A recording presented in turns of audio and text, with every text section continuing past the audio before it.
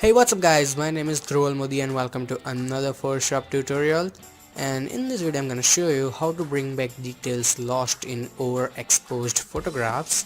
Usually this things happens with landscapes, so I'm gonna show you this example on a landscape photograph. So let's get started. So in last week's video I showed you how to create a really white vampire looking skin, and if you want to watch that tutorial you can go to my channel or you can find that link in the description. So to start this tutorial, first of all I'm gonna create a new document. So I'm just gonna select and copy this image and then create a new document and I'm gonna paste it. So this is not a really high resolution image but still usable. So to start, first of all, this is not the adjustment layer. I wish they had this thing but they don't, so I'm just gonna duplicate by pressing Ctrl J so we can have a backup copy. Now go to image, adjustment and shadows and highlights. This thing is not available in adjustment layers, so it bugs me a little, but whatever. And then as you can see, all the details that are lost, they are in highlights, so I'm gonna recover those from the highlights. So you can see suddenly a sky appears out of nowhere, and that's freaking amazing. I love this feature. And as you can see, it also helps to recover this highlights from this stone here. And as you can see, we lost pretty good amount of contrast in the image, but don't worry about that, we will look after that in further process. So this far it's going pretty good. You can adjust the slider the way you want. So in the color correction I usually don't like to do that thing inside my shadows and highlights panel. I like to do that after. So adjusting sliders a bit, it can take a little time. Just make sure you don't lose too much contrast, and this seems fine to me. I might just add a little bit of color or maybe not and recover full amount of details from the highlights. So this is the first step and hit OK. So at this point you have recovered all the details but it doesn't look that attractive. So let's go back and see other processes. So let me shut down all these layers.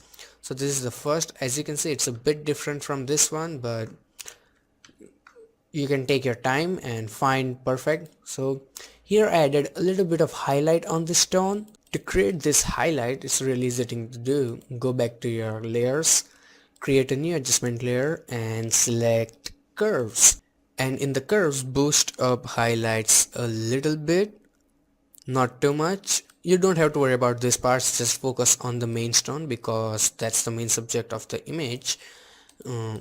And if you want to download this image is from devantart.com and it's totally free. The link is in the description, you can download it from there.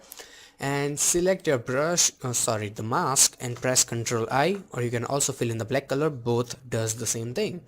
And then I'm gonna make sure my foreground color is white and opacity is 100%, and then I'm gonna paint on this stone.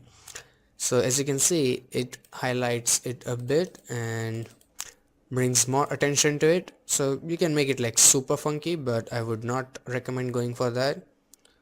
And okay, so let's go back and see what we can do. So now it's a normal HDR that I applied to bring back those details in the stones, as you can see. And also we can also use in the sky since I have masked it out, but let me show you. So first of all, you have to create a snapshot. So for that, press Ctrl Alt Shift and E. So it will create a JPG inside Photoshop, as you can see here. And then go to image, adjustment and HDR. Where are you? Here, HDR toning. Now it will tell you to flatten the document. So for temporary use, press yes. I will show you a trick to help it. And now I don't want this amount of saturation, I just want the details. So if you turn it on and off, you can see it boosts details a bit. So you can increase the radius and strength a bit. You can go super high strength, your personal choice. So as you can see, it helps to bring back that contrast that we lost in the shadows and highlights. So play with it until you think it looks good enough for your taste. So it looks fine to me and I'm just gonna hit OK. Now the document is flattened, but what you can do is press Ctrl A, so it will select your image, and then press Ctrl C, so it will copy it, and then start pressing Ctrl Z and then Ctrl Alt Z. So basically we are undoing it until you are here, so we are back without the HDR. Now create a new layer and press Ctrl V, so we have that HDR layer back and our document is also the same. So this trick can be really helpful because HDR flattens the image and that can be really painful to work with sometimes. Now let's go and see another step. So this is the vibrance one, and for the vibrance it just helps to boost the colors. I usually don't like using saturation to boost the colors because it will make the overall image really strong, but the vibrance will fill in the colors in the area that it needs, not the every color. So I will go with like 80 or maybe full 100%, and then I will select my mask, select my brush, and make sure this time it's black color because I want to hide some parts, and then decrease the opacity maybe like to 50%, and then paint in the grass because it's super strong and I don't want it that much. So as you can see here, it helps to bring that colors back in the image, and then it's a bit different, but you get the idea how to do the process. And then it's a curves to add some further contrast in the image. So basically create a new adjustment layers and select curves, and then increase your highlights a little bit, not too strong, and then decrease the shadows a bit so it will pump the image, like it has really good contrast. So play with it until it fits into your taste. That's the thing about landscape editing. Some people like it really funky and cool, some like to make it like realistic, so it depends on every person. So as you can see here, it boosts the contrast in the image. You can also always like go back. This is the good thing about adjustment layers, you can always go back and adjust the things the way you want. So this is looking fine to me, so this far it's looking pretty good. And as you can see here, we have a stronger image and this is lighter, but don't worry about that, you can always go back and change the things. Now this is one really cool step. This is the same thing actually that I did with this stone, but this time I did with the previous stones, actually the stones that are far behind, so we can also bring some focus into them. So as always, create a new curves, boost in the highlights a bit, select your mask, press Ctrl I, or you can also fill in the black color, and then select your brush, and this time make sure opacity is 100%, and quickly paint with white color in all these stones to bring back those highlights. It's really cool ways. And also I love landscape editing because you don't have to worry about like too much, you can go real crazy and the output can be really good. So this looks fine to me. You can always go back and I don't need to tell it again. So I have paint like really bad right here. I have painted like really bad. So take your time and paint carefully, don't screw it up. So this far we have recovered a lot of data in the image and it looks really great. So select it, and this is the sharpening layer, so I'm gonna go back here and do the same thing, create a blank layer and then press Ctrl Alt Shift and E, so it will create a snapshot, and then desaturate the image, so image adjustment and desaturate here. Then go to filter, other, and high pass. This is the high pass sharpening. This is like many people know, it's really popular, so you have to make sure that you don't use too much radius, otherwise it will look like really high contrasty. So make sure it's really low. You can see the example here and hit OK. So this might not look, as you can see here, some details. And now change this blend mode to hard light, so it doesn't look any different, but if you turn it on and off, you can see ridiculous amount of details coming back. Now the image is not really high resolution, so it can be a little bit problem, but it's okay. And then let's go back, and this time the noise reduction. So when you recover this ridiculous amount of data, one thing is obvious, that you will have a little bit of noise or sometimes too much, but in this case we are lucky and we don't have too much noise. So I'm going to show you how to reduce that. So press Ctrl Alt Shift E again, so it will create another snapshot, and then go to filter, noise, and reduce noise.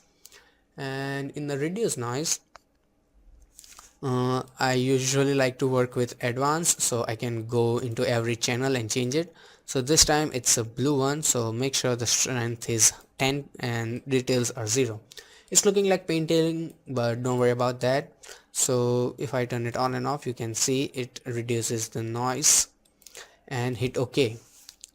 Now apply a layer mask manually and then press Ctrl I to invert it, and then with a white brush paint only inside the sky, because the noise in the stones are not that bad, but in the sky it can be really helpful and also looks like really smooth. But if you find it really smooth, you can always turn down opacity and make it look realistic. So this looks fine to me. And now let's go back and create the selective colors layer, and it will help to make that sky super blue. And I can also do one thing, like create another adjustment layers, go to vibrance and make it first a bit more blue, and then I'm gonna press Ctrl I and then only paint in the sky, so we can have those really good blues. So one additional step, it can happen, so don't worry about it. And now I'm gonna go to selective colors, and in the selective colors we are gonna play with only yellows and blue, because those are the colors we can see in the image. So first of all, let's start with the blues. I'm gonna add some cyan, and then I'm gonna add some blue.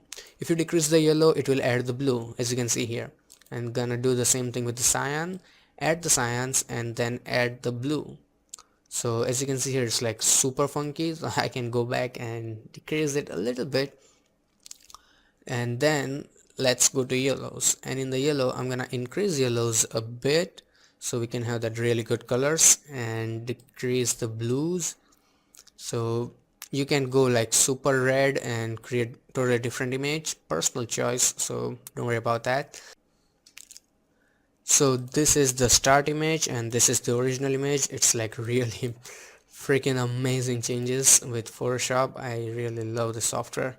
And then the final step, or maybe only one step left, this is like creating simple vignette. There are plenty of ways to create it, so I like to go with gradients. So I'm gonna select a gradient, and in the gradient I'm gonna go a black to transparent gradient and hit OK. And then I'm gonna make it radial, and in the radial, if it looks something like this, just reverse it and increase the scale a bit, so we can have pretty good amount of, like, okay, why is it looking really different? Okay, maybe I have to reverse it. Nope, the scale is way too much, so I can decrease it a bit. So this looks fine to me. Okay, way too much. Oh my god, you are becoming pain in the gradient. So I'm gonna put it on soft lights. As you can see here, ridiculously dark, so I'm gonna decrease the opacity a bit so we can have a good amount of, enough amount of vignetting, so it looks better. And then the final step, and I swear to you this is going to end now. So add a little bit of brightness, not too much, because we don't want to make it overexposed, otherwise that will be like really good irony. And then add slight amount of contrast. So this is finally done, and as always, goodbye, take care, and have some fun with Photoshop. And yes, don't forget to subscribe. That button is really awesome. Press that. Goodbye.